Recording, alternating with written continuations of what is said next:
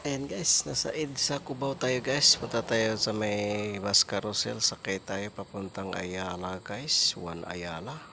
So medyo malayo pala to guys.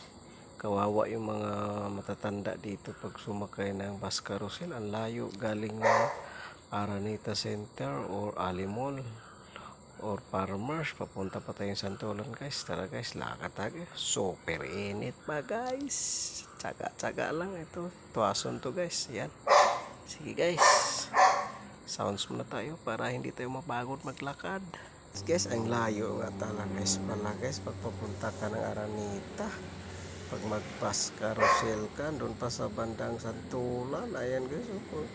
Papunta Makati guys ay matraffic na guys. Itong papuntang Caloocan ay medyo maluwag-luwag pa guys. O sige guys.